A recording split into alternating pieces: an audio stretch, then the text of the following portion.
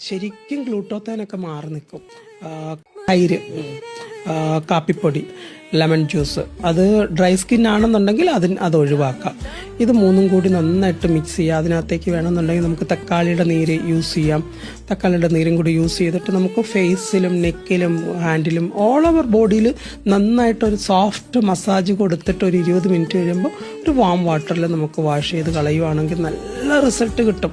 ഒരു 7 days ഇത് continuous ചെയ്യുവാണെന്നുണ്ടെങ്കിൽ ശരിക്കും ഗ്ലൂട്ടോത്തേനൊക്കെ മാറി നിൽക്കും.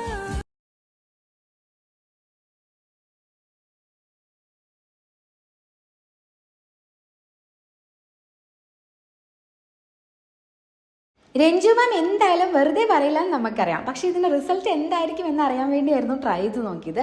അടിപൊളി റിസൾട്ട് ആയിരുന്നു കേട്ടോ. ഫസ്റ്റ് ട്രയൽ തന്നെ ഇത്രയും അടിപൊളി റിസൾട്ട് കിട്ടിയിട്ടുണ്ടെങ്കിൽ മാം പറഞ്ഞ പോലെ 7 days ട്രൈ ചെയ്ത് അടിപൊളിയായിരിക്കും. അപ്പോൾ എല്ലാവരും ഒന്ന് ട്രൈ ചെയ്ത് നോക്കിക്കോളാം. അടുത്തൊരു വീഡിയോ ആയിട്ട് വരാം. ബൈ.